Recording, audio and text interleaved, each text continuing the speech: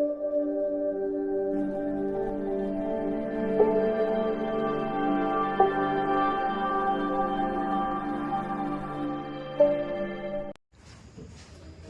विद्यार्थी भाइयों और बहनों, आज हम लोग स्टाफ सिलेक्शन जीडी के लिए गणित और बुद्धिमत्ता में एक जरूरी प्रकरण है सरलीकरण, जिसके बारे में जानकारी हासिल करेंगे और उस पर कुछ उदाहरण सॉल्व करेंगे। हमने कल भी 8 उदाहरण इस पर सॉल्व किए थे। आज हम एक बार फिर से इस पर कुछ उदाहरण लेने जा रहे हैं। देखिए, इसमें पहला उदाहरण इस तरह का है कि 3 क्रमागत नैसर्गिक संख्याओं के वर्गों का योग 365 है। उन 3 क्रमागत नैसर्गिक संख्याओं का योग कितना होगा, यह आपका उदाहरण है।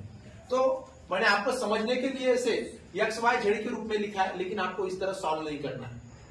सिर्फ समझना क्या है, देखो इस उदाहरण में आपको क्या दिया है। क्रमागत शब्द लिखा है मैंने, तो उदाहरण आपका बुक में या एग्जाम में क्या होगा, 3 क्रमागत एक्स वाई जेड संख्याओं के वर्गों का योग 365 है। तो पहली संख्या हमने x पकड़ ली, जिसका वर्ग x स्क्वायर, प्लस दूसरी संख्या उसके बाद वाली लगातार y स्क्वायर, और तीसरी संख्या z स्क्वायर। ये तीनों लगातार संख्या है x y z, और इनके वर्गों का योग 365 है। ये जो 3 लगातार संख्या है x y z है, इनका योग कितना होगा। अब इस तरह आप सॉल्व करेंगे x y z के इस रूप में, तो बड़ा लंबा जाएगा। आपको एक चीज मालूम होनी चाहिए, 3 संख्याएं हैं और उनके वर्गों का योग 365 है। आप क्या करेंगे ऐसे समय में, उससे 3 से विभाजित कर देना। देखो 3 एकम 3, 3 दूआ 6 और 3 एकम 3, मतलब 121 आ गया आपके पास। अब आपको गेस करना है, ये जो 3 संख्याएं हैं जिनके वर्गों का योग 365 होगा, कौन सी हो सकती है। तो मैंने आपको एक बात कहा था कि आप यदि स्टाफ सिलेक्शन की परीक्षा में पास होना चाहते हो, तो आपको कम से कम 1 से 30 तक के वर्ग याद होने चाहिए, कंठस्थ होने चाहिए, है ना। तो आप ऐसे ही 121 तक आ रहा है, इसको हमने 3 से विभाजित करने के बाद, तो मैं लगभग पहली संख्या 10 पकड़ ले रहा हूं। कितनी? 10 या 11। तो ठीक है, 10 का वर्ग आपको मालूम है कितना है, 100। 11 का वर्ग 121 और 12 का 144। 144। आप एक काम करेंगे, ये तीनों को जोड़ दो। सब 10 का वर्ग कितना है, 100। 11 का 121 और 12 का 144। देखिए आपने। अब आपको इसको जोड़ देना है। देखो 1 और 4 5, 2 और 4 6, 1 और 1 2 और 1 3। तो क्या हमारा गेस सही आ गया, 365। और हमको कहा है कि जिन संख्याओं के वर्गों का योग 365 है, वह संख्याएं जो है उनका योग कितना है। मतलब ये जो x square, y square, z square, ये 365 है, लेकिन x y z इन 3 संख्याओं का योग कितना है। तो आपको पहली संख्या मिल गई 10,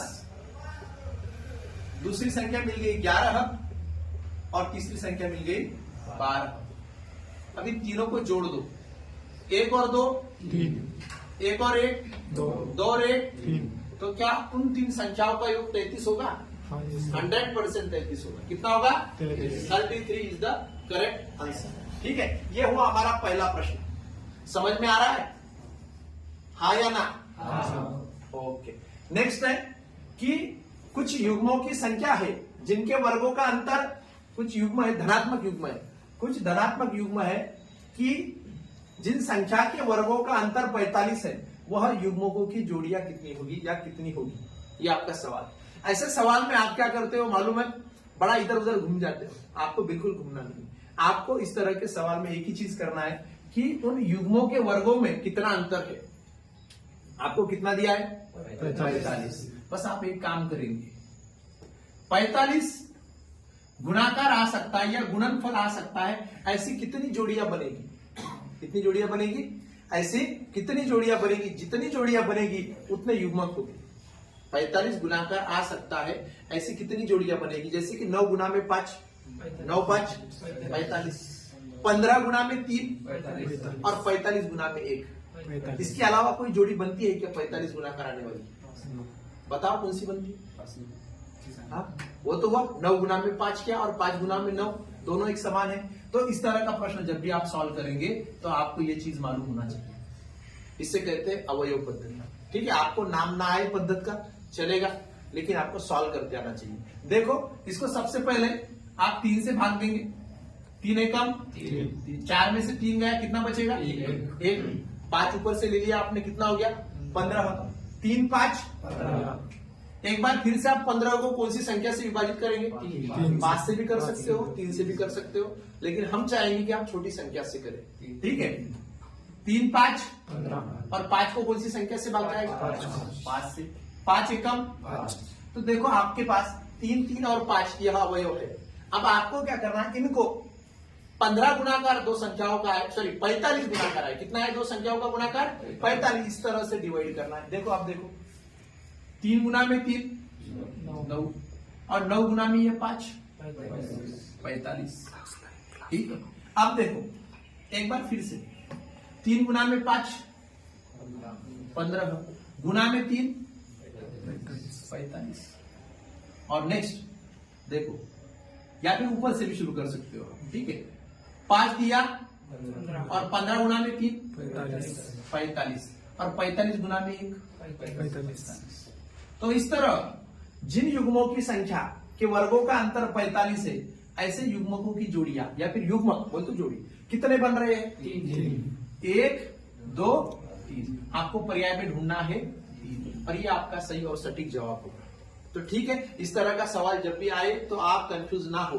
आपको क्या करना है, जो अंतर दिया है उसको विभाजित करना है, उसके अवयव निकालने हैं, और फिर जो अंतर है 45 का, तो 45 गुणाकार आने वाली कितनी जोड़ियां बन सकती है वो आपको ढूंढना है। युग्मक मतलब क्या?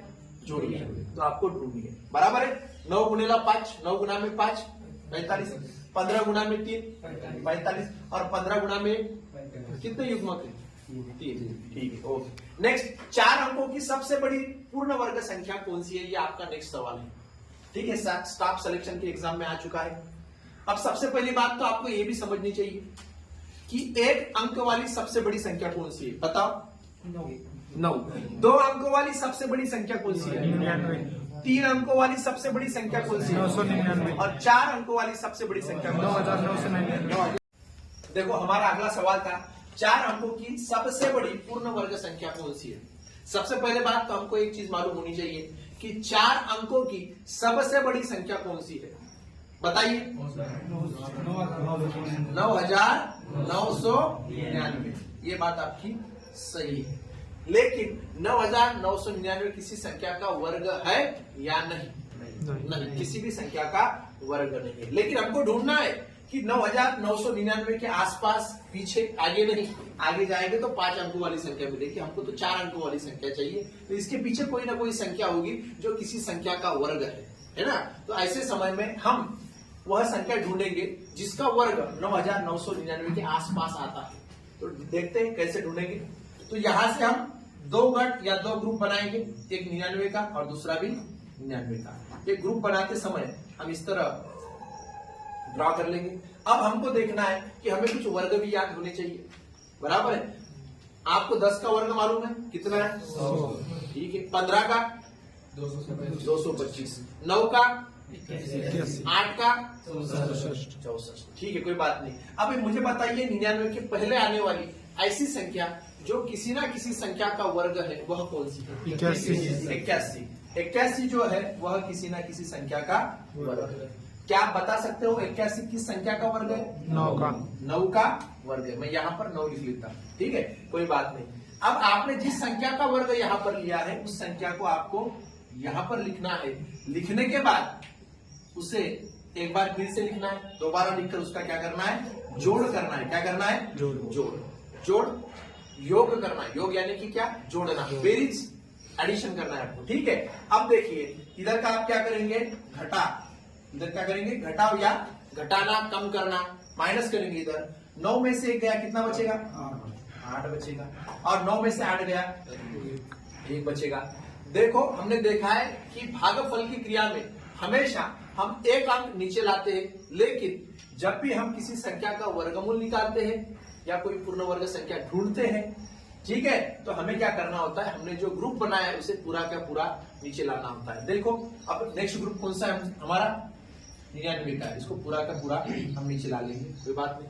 अब हम क्या करेंगे? यहाँ पर ऐसा अंक रखेंगे, यहाँ पर जो अंक रखेंगे, रखने के बाद जो संख्या बनती है उसी अंक से इस संख्या को गुना करेंगे। अब वह गुणाकार एक तो इतना आना चाहिए 1899 या फिर उससे थोड़ा कम आना चाहिए, इससे ज्यादा वाला गुणाकार नहीं चलेगा। हम क्या करते हैं यहां पर ऐसे ही, ठीक है, एक 9 लिखते हैं। कितना लिखते हैं आप यहाँ पर 1 2 3 4 5 6 7 8 9 सभी अंकों को यूज कर सकते हैं, लेकिन आप चाहेंगे आप बड़े से बड़ी संख्या को यूज करें, क्योंकि हमको पहले बताया बड़े से बड़ी संख्या, तो शायद बड़ी संख्या यूज करेंगे तो जल्दी उसका उत्तर हमें मिल जाएगा। ठीक है, 9 को हमने यहाँ पर लिख लिया, तो क्या हो सकता है साइड में करता हूं मैं। देखिए हमने 18 पर 9 लिख लिया, तो देखते हैं यहाँ पर 9 लिखेंगे और गुणनफल इसका एक तो 1899 आना चाहिए या फिर इससे कम आना चाहिए।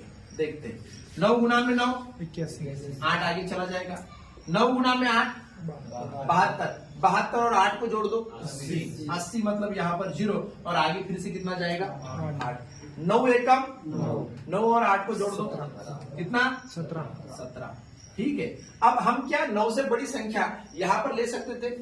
नहीं ले सकते, 9 से बड़ा अंक नहीं ले सकते, क्योंकि यहाँ पर हमें सिर्फ सिंगल डिजिट लेना होता है। 1 2 3 4 5 6 7 8 या 9। हमने कौन सा लिया था 9, तो यहाँ पर हम केवल 9 ही ले सकते हैं, 1 से 9 तक के अंक ले सकते हैं। देखो यहाँ पर मैंने इसको 9 को जोड़ दिया, 9 और 9 18, आगे एक चला जाएगा 8 और 1 9। इससे आपको कोई ज्यादा लेना देना नहीं। आपका जो ज्यादातर भाग है आपसे यहाँ पर देखना है। आप क्या करेंगे, इस 9 से इस 189 को गुना करेंगे तो गुणाकार कितना आता है 1701 आता है।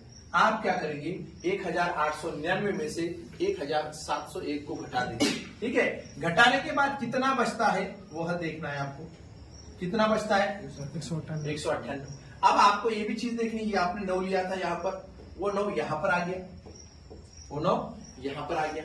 ठीक है ना, यहाँ पर जो 9 लिया था वही यहाँ पर आ गया। ठीक है ना, अब आपको क्या करना है, ये जो 198 ये ज्यादा है ना, ये 198 ज्यादा है, मतलब 9999 एक संख्या है, इसमें बड़ी से बड़ी पूर्ण वर्ग संख्या है, मतलब जो किसी संख्या का वर्ग है, लेकिन उसमें ज्यादा कितने हैं 198। यदि हम 198 घटा देंगे तो हमको ये जो 99 है इसका वर्ग इसके अंदर है वो मिल जाएगा। अब देखो कैसे, तो हम करते हैं 9999,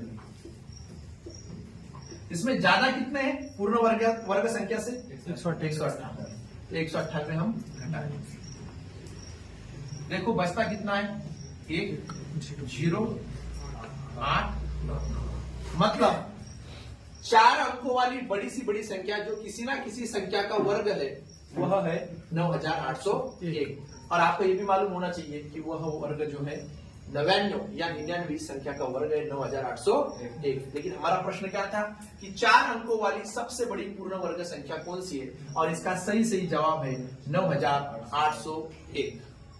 समझ में आ रहा है? देखो हमारे पास अगला उदाहरण है, दो संख्याओं का औसत 7.5 है, मतलब 7.5 है, और उन दो संख्याओं का जो गुणनफल है उसका वर्गमूल 6 है, तो वह संख्याएं कौन सी होगी, यह हमारा अगला प्रश्न है। लेकिन एक बात याद रखिएगा, यहाँ पर औसत भी है 7.5, दो संख्याओं की औसत 7.5 है, तो उन दो संख्याओं का योग कितना होगा 15। उन संख्याओं का योग कितना होगा 15। एकदम सही बताया आपने। और उसने क्या कहा है कि जो दो संख्याएं है उनके गुणाकार का या गुणनफल का जो वर्गमूल है कितना है 6 है। अब इनका जो गुणाकार है उसका वर्गमूल 6 है, तो इनका गुणाकार कितना है 36। कितना है 36 है, ये भी आपको समझना है। x गुना में y कितना है 36। अब ये आपके समझ में आ गया तो वह संख्याएं ढूंढने आपको आसान जाएगी। अब आपको ऐसी दो संख्याएं ढूंढनी है जिनका योग 15 है और जिनका गुणाकार 36 है। नहीं समझ में आ रहा? समझ में आ रहा है? हाँ या ना?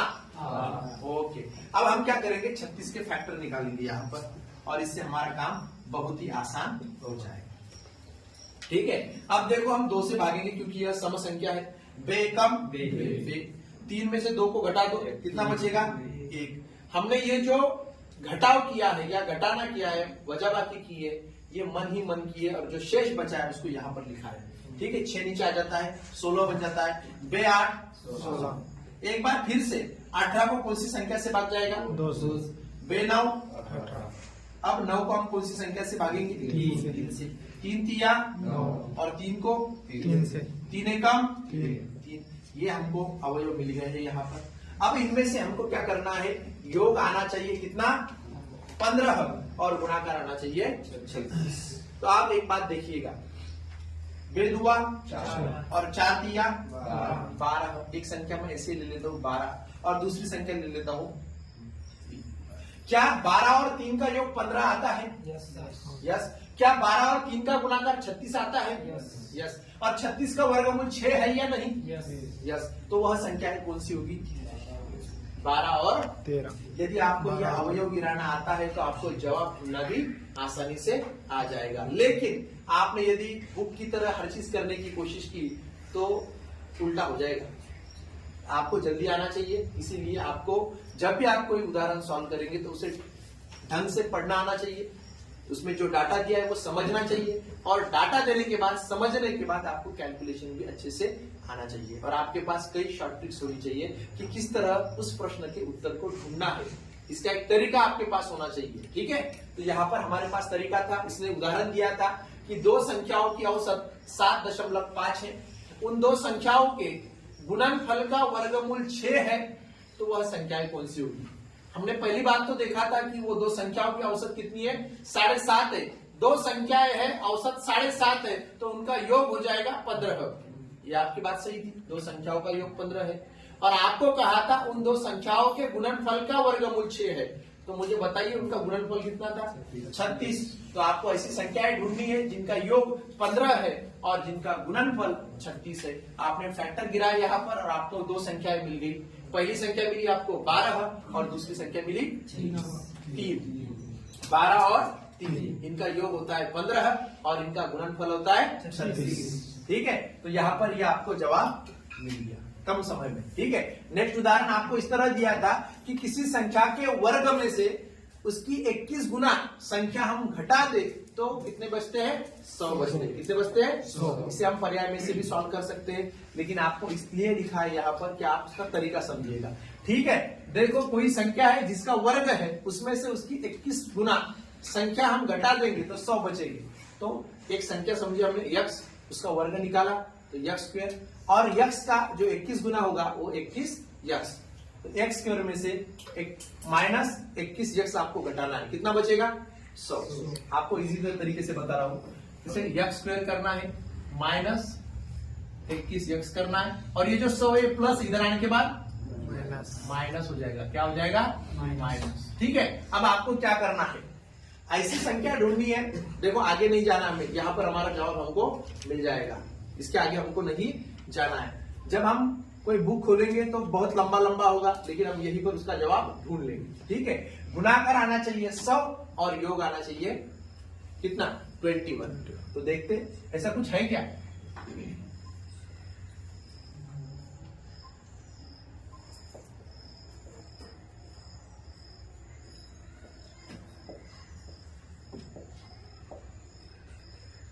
ठीक है, ऐसी कुछ संख्या है क्या कि जिनका गुणाकार 100 आएगा और जिनका योग कितना आएगा? कितना? 21। देखो बेदुने 4 आणि पाचा 25 ठीक आहे, 25 चोक 100 आणि 25 मधून 4 वजा केले तर किती राहते? 21। आता याला आपल्याला प्लस माइनसच्या भानगडीत पडायचं नाही। हमें देखना है कि हम ना इसे प्लस के इसमें देखेंगे ना माइनस के। हमें क्या चाहिए था कि ऐसी संख्या ढूंढनी थी कि जिसके वर्ग में से उसकी हम 21 गुना माइनस कर देंगे तो 100 बचेंगे। 4 और 25 में बड़ी संख्या कौन सी है? 25 लगे। आपको वहां पर चेक करना है क्या 25 का वर्ग कितना है? 625। कितना है? 625। और 25 का, ठीक है ना, और 25 का 21 गुना कितना होगा? देख लेते हैं, कोई बात नहीं। 25 गुना में 21, 25 से कम 25, 2 आ गया, 25 दुआ 50, 50 और 2 52। आप इसको घटा दो इसमें से, क्या 100 बचते हैं? बचते हैं 100? ठीक है, 100 बचते हैं तो आपका जवाब सही है। वह संख्या कौन सी है? 25। अब आपको ये भी नहीं करना जो मैंने नीचे किया है, आपको क्या करना था, वह दो संख्याएं ढूंढनी थी, एक थी 25 और दूसरी संख्या थी 4। इसमें से जो बड़ी संख्या है वो आपका जवाब था। आपको नीचे का कोई भी कैलकुलेशन करने की जरूरत नहीं थी, आपको यहीं पर जवाब मिल गया था। कौन सा? 25। ठीक है, समझ में आ रहा है? नेक्स्ट, अब आपको अगला उदाहरण था, दो संख्याओं का योग 14 है और उन दो संख्याओं के वर्गों का योग आपको निकालना है, लेकिन उससे पहले आपको बताया था उन दो संख्याओं के वर्गों में अंतर है कितना, 56। कितना है, 56। एक बार फिर से आपको क्या करना है, जितनी भी संख्याएं होगी जिनका योग 14 आता है उनकी जोड़ियां, उनका युग्मक आपको ढूंढना है। ठीक है, ऐसी कौन सी संख्याएं, दो संख्याएं जिनका योग 14 आता है, मुझे बताइए। ठीक है, पहली कौन सी बताया आपने, 7 और 7। ठीक है, और नेक्स्ट 9 और 5 और कितना, 8 और 6। ठीक है, और ठीक है, यहीं पर चेक कर लेते हैं। अब देखो, आपने इसका यदि वर्ग निकाल लिया, 7 का 49 और 7 का 49, तो इसका अंतर तो 0 आएगा, तो ये कट गया, बराबर है। अब 9 का वर्ग आपको मालूम है कितना है, 81, और 5 का वर्ग आपको मालूम है कितना है, 25। थोड़ा सा इसे आप लिख लीजिए। अब इसको घटा दो, कितना बचता है, देखिए 1 में से 5 नहीं जा सकता, यहां से उधार लेगा, कितना होगा 11। 11 में से 5 को घटा दो 6, 7 में से 2 को घटा दो 5, कितना हो गया 56। मतलब वह संख्याएं कौन सी है, 9 और 5। और लेकिन आपका सवाल क्या है, उन संख्याओं के वर्गों का योग कितना होगा। तो 9 का वर्ग कितना है, 81, और 5 का वर्ग 25, तो दोनों को जोड़ दो, इसका योग कितना आएगा, 106। नहीं समझ में आ रहा है, हिंदी में समझ में आता है। Yes sir. यदि आपको हिंदी में समझ में ना आए तो आप मराठी में भी पूछ सकते हो, यू कैन, है ना, आस्क इन इंग्लिश ऑल्सो, आप इंग्लिश में भी पूछ सकते हो, कोई बात नहीं। मराठी, हिंदी, इंग्लिश, तीनों भाषाओं में आप प्रश्न पूछ सकते। समझत आहे काय?